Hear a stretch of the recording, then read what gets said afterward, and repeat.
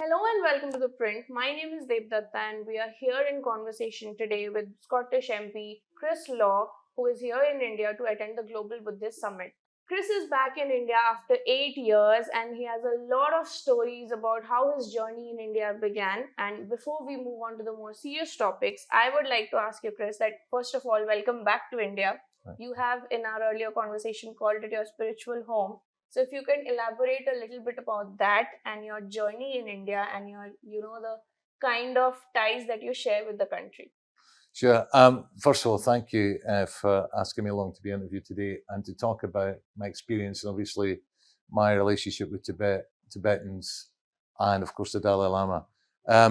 I came to Tibet I came to India in the early 90s, 1992, after taking some time out. I trained as a chef, but I wanted to go to university. So you had to go back and do qualifications for that. But at the end of the qualifications, I was a bit tired and I thought, what shall I do next? And when it was suggested to me to go to India by my mother, I said to her, what on earth do you want me to go there for? She said, you've always wanted to go since you were a child. And as soon as she said it, it was like, oh yes, that's right. So I moved everything. I closed my apartment. I moved to Europe. I got a job in the Netherlands, saved up for 6 months, and I came here for a year. And so that was my Which year was this? 1992. And within a few short weeks, I got a motorbike. I was a motorcyclist. And I'd heard about Ladakh. So I set off north at a time when there was only paper maps. There was no internet or very little internet and no mobile phones.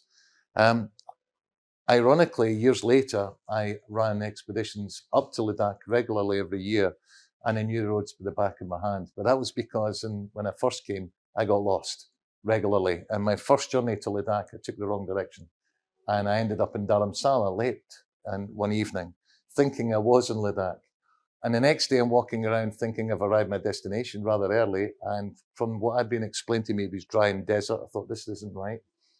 And when I inquired, I found out, no, you're not in Ladakh, you're in Dharamshala. So I'd obviously taken the wrong road, but it was actually, you could say, destiny in a way, because I ended up spending a month there. And I learned about the Tibetan community that was in exile. I learned about China's invasion into Tibet and continued occupation. I learned about Buddhism. I learned about Tibetan medicine. I learned a whole range of things there. And it really was a foundation for me in my first couple of months in India. So from there, I went up through, eventually got to Ladakh, and then traveled through Kashmir and back into India. And I spent a year here. And I think as a young, 21, 22, I thought after a year, I'll never come back. I was exhausted. And I went back home and I went on to university to study anthropology, which was hugely shaped by coming here. And after being at university for about 6 months, I could feel the urge, the itch. And at the end of my first year, I was straight back here for 2 months. And I've been coming regularly ever since. And why did why was India the first place that you wanted to come? Or why did your mother say that, oh, you have been talking about India since you were a kid, why don't you go visit there? I don't know if I came across a book or I'd heard a story about sadhus when I was very young. And I remember reading or hearing stories. I'm talking 5, 6, 7 years old. Stories of people being buried alive for 2, 3 days, dug up, they're alive, all this kind of thing. So asceticism, sadhu, stories of asceticism, story about sadhu, story about pilgrimages, story about people looking for gurus, was something I learned about at a very young age. You know, I grew up in the countryside, in the middle of nowhere. So it wasn't like I was in a metropolitan city. And then I guess I forgot about it. And in my late teens, as I said, I started to do qualifications to go to university after training as a chef in French cuisine. And I took a gap year and I spoke to my mother about it. And she said, what are you going to do? And I said, oh, maybe photography, maybe film. I was certainly interested in the arts. And she said, you should go to India. And I said, what on earth are you talking about? And she said, well, do you not remember when you're very young? And immediately she said it, I thought, okay. And by the time I decided, which was in that week, I was leaving within a month. I knew. And I went to Europe and I lived in the Netherlands. And this was the winter, which is a horrendous time to arrive. but I got a job. I got a labouring job in growing flowers. And there was a book in Amsterdam, I remember, about a British guy who came out to India in the 1920s. And it was his travels. And I read it while I was working. And then I kind of knew I had to be here. So I came and I had my own journey. And and fell in love with it. Fell in love with all different. I mean, India's more than a country, right? It's so many different peoples and languages and cultures and foods. Of course, I'm passionate about food as much as anything else. And so when I went home after a year, I literally was exhausted, but I couldn't stop talking about it here. And people, so you had to come back. I had to come back. And when I can remember the moment I got off the plane 2 years later, and the door opened, and I could feel the heat in my face, and I could smell the air, and I just felt like great, and I could hear the chaos and the horns outside and all the rest of it, and I went, yes, this is what I need. And even when I arrived late last night, I guess about midnight, and it came out, and I could just hear it all, and I was like, yep, this is great. It's good to be here. This is what I like. So, this is an extremely fascinating journey, but the way you accidentally ended up in Dharamshala, and then I would like to know more about how did you end up meeting the Dalai Lama? What was that experience like? And did it lead to a shift in a perception? Like you said, you read about the Tibetans in exile, you read about China's occupation. What was your, entry point into it? What was your reading of the situation, and how did it leave an impact on you? So that's a really interesting question. So I'm a member of the Scottish National Party. We believe in our nation becoming independent. Yes. My belief in independence in Scotland actually originates here. Oh. And I've said this many times in Scotland. People look at me like, I'm like, what? And I know that you were also part of the 2014 referendum. You were one of the biggest advocates for it. I ran an expedition. Well, I ran a tour around Scotland, this converted fire engine campaigning. But actually, when I was here and I learned about it's a very different experience, obviously, for the Tibetan people, but I learned a lot about the Free Tibet movement. And I understood the values of what Tibetans were campaigning for. It's not just independence of the nation, it's the protection of the values, the cultural identity, and being able to be equal amongst the world. And when I went to university, I studied anthropology, but also studied Scottish history, which helped me understand Scotland's history and the rest of the UK. When I was in Dharamshala, I went to one of the, you could say, wider audiences where the Dalai Lama would speak to people, but it wasn't in Dharamshala, it was in Ladakh. And what I discovered one of the first things I remember about the Dalai Lama was he was speaking in Tibetan, which meant I didn't know, first of all, what he was saying. And there was someone there translating in English, and I was part of this European group. And everybody was laughing. And for some reason, I imagined that Tibetan Buddhism was going to be very serious, very austere, very, challenging. And all I could see was people falling about laughing. I thought, I'm missing out on something here. And then I heard the English translation, which was not quite as funny, or at least the translation wasn't quite as funny, but it really made me inquire. How could Buddhism be about happiness and joy and all the things that perhaps I misunderstood? So there's a little bit of politics there, but also a little bit of the journey about what is Tibetan Buddhism, what does the Dalai Lama give to the world? What do people feel when they're around them? And that was my earliest experience. Fast forward a number of years, coming back and forward here, went to Dharamshala several times. I heard the Dalai Lama speak a couple of times. When I entered the UK Parliament in 2015, now this also make you laugh. It's a bit like my accident going the wrong direction. I had never been in the UK Parliament before. And I arrive as an MP, day one, it's roasting hot. I'm wearing a traditional Scottish tweed suit. And I remember an English journalist describing me as sweating like a peeled onion, which made me laugh because it was so hot. And I thought, what on earth am I doing here? And then when there was 56 of us, there was only 59 seats in Scotland. So in 2015, it was like a tsunami when we won. And I was not a traditional political background. I'd been anthropology and film and motorcycle expeditions and different things. And so the leader of the group said, what would you like to do? And I said, what can I do? And he said, well, tell me a little bit about your background. I said, well, most of it I spent overseas doing different things. He said, okay, so you should be doing foreign affairs, international engagement, which I now do for my party. And he said, any particular nations you're interested in? Because there's all these different groups here. And I said, is there one for Tibet? And he went, I think there is. So the chair at the time was a conservative called Tim Lawton. And the first thing I did, with no experience, my first week is went to meet him. And I said, can I co-chair with you? And I told him my backstory. And so, yeah, so I've been, it's the first group I joined in Parliament, and I've been I'm now the chair, but I was co-chair with Tim since 2015. And so when I did finally meet the Dalai Lama, it was in 2018, which you've mentioned, in Dharamshala. And I just remember as a young man, the humor and the kind of the compassion and the way he makes you feel included. And we were in a very small room, actually. There was only himself and Tim and I and a couple of colleagues who were with, but 2 MPs. And we had an hour audience, and it was one of the most special experiences of our lives. And how much of a interest do the constituent members of your place show for the Tibet issue? What are the kind of policies that, as a chair, what are the kind of policies that you would want to be implemented, and how do you look at the whole Tibet issue and China's role in it at large? Yeah, so so there's a number of issues going in a parliament any one day. And so to keep things relevant, you need to keep finding ways to bring attention to the topic. And actually, China's been helpful in this respect because it's become a hot topic in the UK in recent years. When I first came in 2015, we would have Tibetans in to do cultural events. There wasn't enough talking about the politics. It was always looked upon historically. And I wanted to make it relevant. I wanted to make it relevant to today because there is a diaspora in the UK, for example, who face transnational repression from China within the UK. You know, they find it difficult to protest. They're followed, for example, if they are protesting and making their case.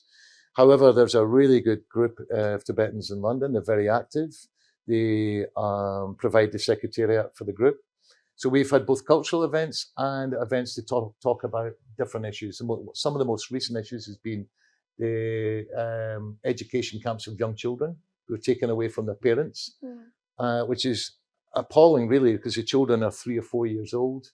And then when they come back after some months, they stop speaking Tibetan. In fact, they feel that it's something dirty that they don't want to be part of. And in some extreme cases, young children are rejecting their own parents. So this is the kind of topics that we need to raise in Parliament. Now, they do compete with each other, but China has been a defining factor in a way, for China trying to eradicate Tibetan culture and identity and the nation of Tibet. They've actually done themselves more harm than good of recent, because now the UK is paying a particular attention to China. We've had, in the last year, we've had a case of 2 spies in Parliament. We've had members of Parliament, members of House of Lords, who've been sanctioned by China for speaking out on human rights, for example, for Tibetans or Uyghurs, for example. We've had a situation where the Chinese ambassador had to be banned from coming into the Parliament because of these kind of influences. Right. And in the last week, we have just had the approval of the Chinese embassy. Not any Chinese embassy. This would be the biggest embassy in Europe. Now, there's already an embassy in London and 7 other diplomatic units. And this consolidation into a building that has got very narrow streets around it, which means it's difficult to have legitimate protest without security concerns. There's also been concerns underneath the building where there's a number of rooms that nobody knows what they'll be used for. And there's very sensitive data that passes alongside this building, which is from the City of London, which could easily be intercepted and spied upon. So there's a whole range of issues. So in a way, Tibetans and Uyghurs and other members of the diaspora from wider China, including Hong Kongers, are now collaborating together. And this has been a focal point, actually, to be able to talk about their challenges they face along with others. And last year I was in Japan at the Tibet World Conference, and I really tried to get those there to focus on coming together so we have a one voice on this. So actually the Tibet issue has raised in the last 10 years significantly, and in the last 2 years, very much so. And this is also the year of the last year was the 90th birthday of the Dalai Lama, where he did announce, the plans for succession, that once I go, you can choose. And there was a lot of contention around that. China issued a statement, India issued a statement. There was a lot of political debate around it. There's a lot of, a lot of confusion and debate around what happened to the last Panchen Lama who was elected, and then China, allegedly, he disappeared, and China put in a new Panchen Lama in their place. How do you look at the succession debate? How do you look at China's role in it, and what do you think lies forward? So 2 parts of that, really. First part is the history of Tibet. China is in the process of rewriting that history as if it's always been part of China, which is just not the case. Evidence shows you that it's never been part of China, in fact. The illegal invasion in late 49 and the permanent occupation from 59 when the Dalai Lama left, it should be considered an occupied territory, in my view. Now, it's up to Tibetan people to decide their future, whether it's to be with China or not, but the point is, it is being militarily occupied. And scholars have looked at this very carefully, and I wanted to read for myself because it's confusing, right?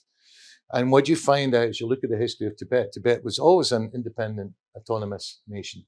And in fact, from a British point of view, we used to have diplomatic relations directly with Tibet. Young husband, I think, was the last name, just around the time of the break at the First World War. So we had very clear relations. Second thing is succession has been really important. His 90th birthday was supposed to be about joy and compassion in the future, but it's also been about succession. And the Dalai Lama jokes about, I don't think he's joking actually. He said he's not ready to die till he's at least 113. He's doing well. So he's got some way to go, but he's doing well. But the point being is, I'm glad that the topic is now here, because you're right, the Panchen Lama was 35 years ago, he was taken away. He was only 5 years old at the time. It's very clear in Tibetan Buddhism that the Dalai Lama succeeded through reincarnation and cannot be politically appointed, not least by the Chinese Communist Party. So I made it very clear that the UK Parliament needed to recognise that. So this year I asked the UK government to make it clear in writing that they recognise that. And I think that's been repeated throughout Europe, and including the US and Canada and elsewhere. So that is at least settled from our point of view, and settled from the Tibetan point of view. From China's point of view, they want to appoint their own, which will be a political appointee, which will not be a reincarnation, and completely undermines the entire office of the Dalai Lama, but also fundamentally undermines Tibetan Buddhism as a whole. So it's really important to be having this conference this weekend here, where Buddhists from across Asia and elsewhere are here to talk about the value of Buddhism, its place in the world, its place in the year of compassion. And how important do you think that is, to reinforce the beliefs that this is what is important? When you have a political party like the Chinese Communist Party, who's hell-bent on its one China, one voice, where all other voices or any challenging or even different voices are being extinguished, it's crucially important that we speak up for those people, not least for our own self-interest. Because can you imagine in India if we had only one voice and one people? There are lots of people with different voices here, with different backgrounds, different minorities. And what makes India such a special place is all these voices are heard. And I think when you have an authoritarian regime like China, which tries to suppress those, it's in our DNA, being in democratic nations, to make sure that's not the case, that everybody has a voice. And I think to try and build a false history on top of another history of another nation and another people will be short-lived, because if you look at history, any empire that's built with one authoritarian leader tends to collapse after some time. And I remind Tibetans this when I meet with them, particularly older Tibetans who are in London just now. I met with them earlier this year, some of them who fled Tibet in the late 50s, early 60s. And some of them start to feel hopeless. They said, don't feel hopeless. This is actually in history, this is a small period of time. Regimes come and go. And so I would, so please keep up the momentum, keep up exactly what is true, and keep educating people, because otherwise it's easy when you have a big power telling you otherwise to believe it. And, when you look at Buddhism I mean, how do you view Buddhism is one question that I would like to know. And the other question is that if you look at the trajectory of South Asia, I'll speak from the lens of South Asia. There's also this another form of Buddhism that is talked about where it's called in areas like Myanmar or Sri Lanka, it's called a militant form of Buddhism. Now, when we speak of, when we speak of religion as a homogeneous identity, when you speak about Buddhism, there are different forms to it. How do you, reconcile all these forms into the religion that is essentially seen as a religion of peace, as a religion of non-violence? And then we see what's happening with the Tibetans, we see what's happening with Buddhists as a whole. And, there's also this thing about so even in Dharamshala, if you look into it, there's this case about how the first woman PhD holder now from Dharamshala is a Tibetan. She is a Buddhist, but the role of women, the role of Buddhist monks. How do you view all of these issues within the larger gamut of Buddhism as a religion? That's a big question. So I'm going to zoom out from that question just a bit, because if you think about it, whichever faith that you're closely associated with, none of them teach you to suppress different parts of your society, Right. or to be in military overthrow, let's say. So you talked about Sri Lanka, which I visited.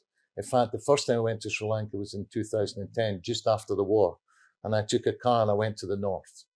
And I spoke to people in the north who were very scared to speak to me about what had happened. And in particular, I spoke to students. And they told me that you talked about militant Buddhism. What was happening there was suddenly stupas being built all over the place in the north. The north is, are Tamils and are not Buddhist. And this was used to from you could say the victors, the government of the time, to try and build this idea of one nation, where there's only one voice. Again, it's going back to what we're talking about in China. And in China, of course, Chinese Communist Party, particularly previous leaders, have said there's no such thing as religion, or religion is, should be stamped out.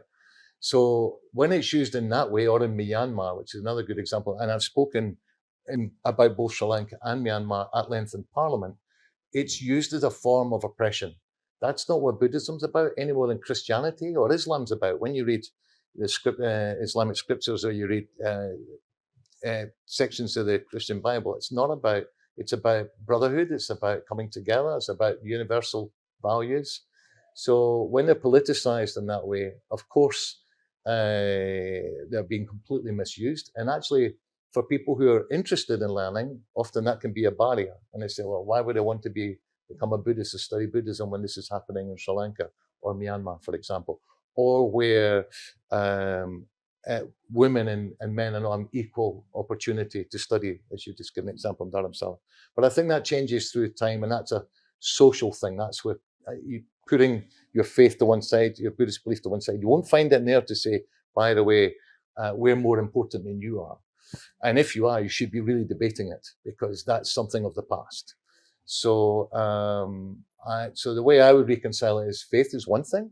And if there's parts of it that you feel is excluding others, we should be challenging it, because like all faiths should evolve with time, and those who feel most oppressed by it should be speaking up the loudest. So, yeah. Coming back to you, Chris, and your journey in India, like you said, you came in 1992. It's more than a few decades now. You have witnessed India in all of its forms across the years. You have gone back, you have stayed here for you even did trips for people to the Himalayas. Yeah.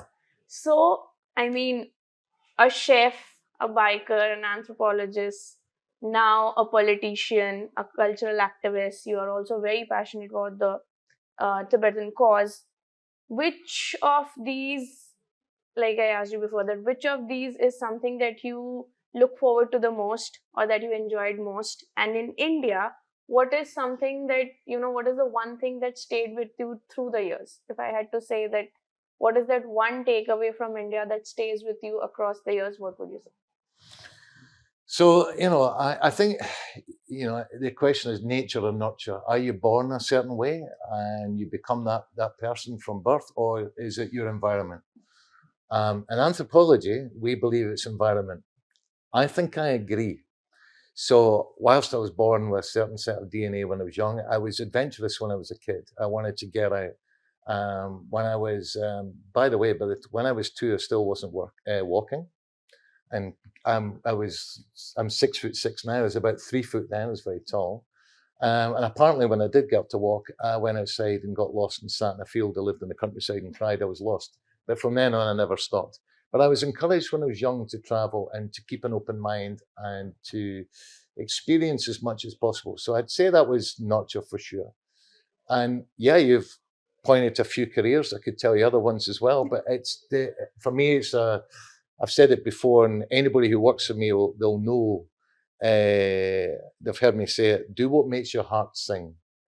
Because really, if you do that, you can't go wrong. You'll make mistakes, and maybe you'll do a new challenge that will be really difficult compared to having a comfortable life right now. Was there any point where you were, scared of making that kind of a shift or a change? I still am. I mean, that's the whole point, isn't it? The point of taking a risk, trying something new.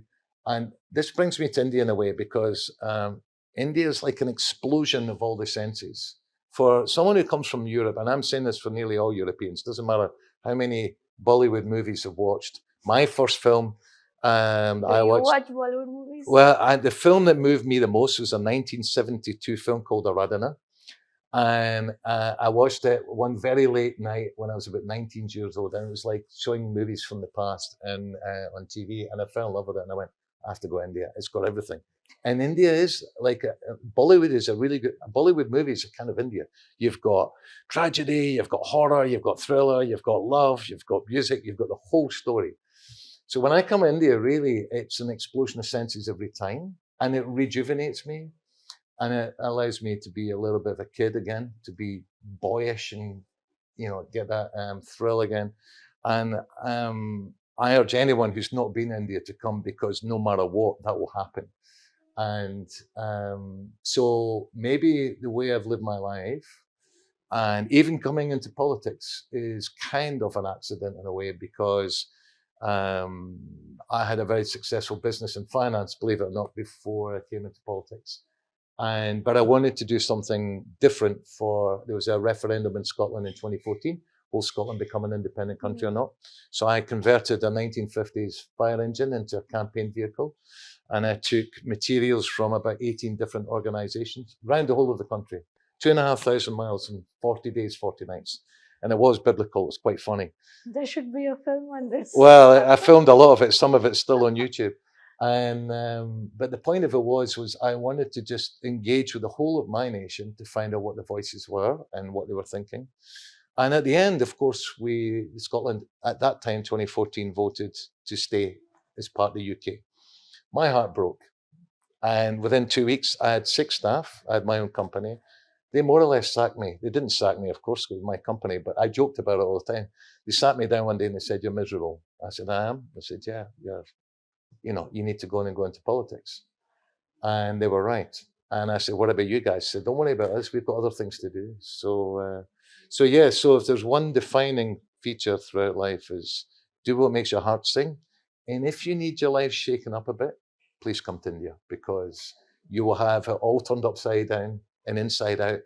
And one day to the next won't be the same. And routine and regularity can be broken up here. And, it's a wonderful nation to just go and get lost in. Go somewhere like you never. Like I remember spending 3 weeks in Madhya Pradesh on my own on my motorbike, and it's like, wow, it's just an amazing part of the world. So if you need to not get away, but just find yourself in a way, it's a fantastic place. And the humor and the warmth is what's always brought me back here. And coming back to Dalai Lama, when I last went to see him in 2018, I hope to return this year. What do you take as a gift? This time it's a formal meeting, right? So I want to take a gift of something Scottish. And in Scotland, we have something to share. It's a very traditional thing, which is a bowl with 2 handles. And we call it a quaich, which is spelled with a Q, Q-U-A-I-C-H. And I got one from the Scottish Parliament, and it was in pewter, so it's like a nice metal. And I took out the box and I said, Your Holiness, I have a small gift for you from the Scottish Parliament. He said, Oh, what is this? I said, It's a quaich. And his face like, a quaich? And I said, Yeah, what I do is I drink from it and then I give it to you, and it's sharing, it's a relationship. And he said, What do you put in it? I said, Well, whiskey, I'm from Scotland. He said, So where's the good stuff? And then he burst out laughing. Of course, he had me laughing as well. So I think my next visit, I'll make sure I have the whiskey. Otherwise, he'd be disappointed. But, yeah. And like I asked you, like, what is the, if I had to ask you, what is that one experience or that one moment? Is there any from throughout the years that, that has stayed with you? And what is that one advice you would give to, the younger generation, or here in India, there in Scotland, for people who, like you said, would like a kind of a shift or a change in their life, or would want to go where their heart takes them? That's a big question. I think, I'm obviously older now, and when you're young, you think your life will never end, right? The one thing you never want when you get older is to have regrets. And regrets are not for doing things and getting them wrong. Regrets are for not doing things and wish you'd tried them. So when you're young, if you have an opportunity comes along, you go, that's going to be tricky. Oh, that's a bit scary. Oh, that's pushing me. Or, I quite fancy doing this, but go and do it anyway. If there's something in here that's saying, because it's a journey. We're all in individual journeys. The Dalai Lama will say that. And our paths, we don't know yet. You have to live them. You can't plan them. You need to plan some things, of course, but... So you're saying choose adventure over routine? Well, I'd say try and mix them up a bit, for sure. Thank you so much, Chris. It has been an absolute delight to speak to you. Thank you. A real pleasure. Thanks again.